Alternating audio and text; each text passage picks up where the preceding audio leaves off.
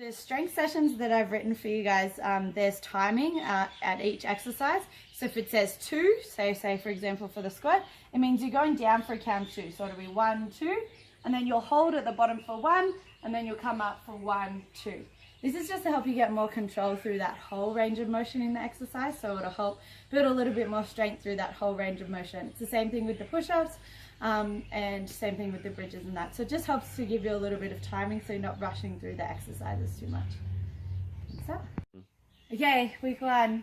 So this workout is pretty simple. There's nothing too complicated in it, but that's what I want to start with, some basics, and then we're going to work up to more complicated things and things you're going to be able to do. So this week's kind of just figuring out where you're at and what you can do. So first exercise, in part A, so you're going to do part A 3 times and then go part B 3 times, part C 3 times, and that's how we're going to do the strength stuff. So you're going to find a pole that you can either hang onto or stand nice and close to. The high tension hip circles is actually just moving your hip through full range of motion. So if you can lean against the pole and push that opposite hip against the pole, and then bring that knee up towards your chest. Bring it out towards the side, lift it as high as you can, and see if you can feel the side of your hip working. Bring it in towards your butt, and then bring your knee up into your chest. If you can't go near it, you're going to do the same thing here. So you're going to do 3 high tension hip circles, so that means this leg is going to be straight and strong.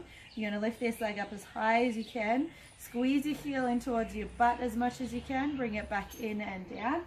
From the side, you're going to bring it up, go out and around, try and lift as high as you can. So you want to try and get lots of tension through the rest of your body, so your core should be nice and tight. Bring your knee into your chest, try and stay as upright as you can. Notice my other knee isn't bending. Knee into your chest, and then come back down. Exercise number 2 is push-ups. So you're going to do 3 different options. You're either going to find something elevated, you're going to come to here. Now in push-ups, elbows always go back behind, so try and think about bringing your chest a little bit further forward. So you're going to go push-ups, so you're going to do for 8. So this is option number 1, the easiest option. So notice my elbows aren't going out, they're going back and in. So if you're looking from the top, I would look like an arrow, not a T. Option number 2 is coming down to your knees. So if you have your knees on the ground, have your feet on the ground too. Don't bring your feet up, you're more likely to arch your back. So knees on the ground, coming down and pushing up. And hardest option on your toes, coming down and pushing. Second set of exercises is squats. So everyone's going to be completely different in squats, so you're going to go to your range of depth. So biggest thing to remember is keeping your feet flat on the ground. Don't come up onto your toes when you go down. So your squat might look like this, might be halfway down. I like to use a chair if you're starting, and you might want to just squat back towards the chair, touch your butt on the chair, and then stand up nice and tall if you're finding it hard to get that balance. So squatting down and coming up. So you'll do 8 reps. If you want to, you can add weight to that as well. So coming down, squatting, and then coming back up. So if you want to make it a little bit harder, so you go for 8. Then you're going to come down into your stomach. You're going to do alternating swimmers. So you're going to start with your arms out and your legs out. Your forehead is going to be on the ground if you want to come a little bit closer. Forehead on the ground. So you're going to lift up, hold, and then come down nice and slow. Lift up, opposite arm, opposite leg, hold, and then come down nice and slow. So forehead stays on the ground. I want you to reach as far as you can. Try and get a lot of tension in your body.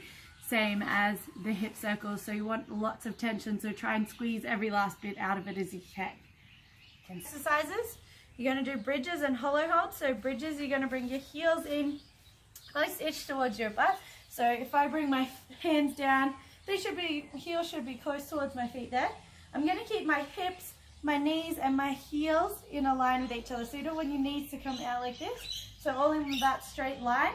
I'm going to start to press my back down into the ground and then press down through my heels until I can feel it in my butt and the back of my legs. So if you start to feel it in your lower back, it probably means you're arching too much. So as you're coming back down, try and flatten your back down into the ground. And then do the same thing. Push your back down to the ground, drive through your heels, lift up. So you're going to do 8. And then you're going to bring your legs out either. So option number 1, for the hollow holds, your knees are bent. You're going to lift your arms up towards the ceiling, and you're going to lift up, and you're going to try and push your back down to the ground. Breathe and hold for 10 seconds. And then relax. And then you're going to do that 3 times. So harder options is to bring your legs out straight, arms back straight behind your head, or even arms up. If you feel anything in your neck, just keep your head on the ground and try and keep that tension of pushing your back down into the ground. You can lift up and hold for that 10 seconds. This would be the hardest option, so you can work your way up to that if you need to. So 10 seconds there, 3 times, and that's it.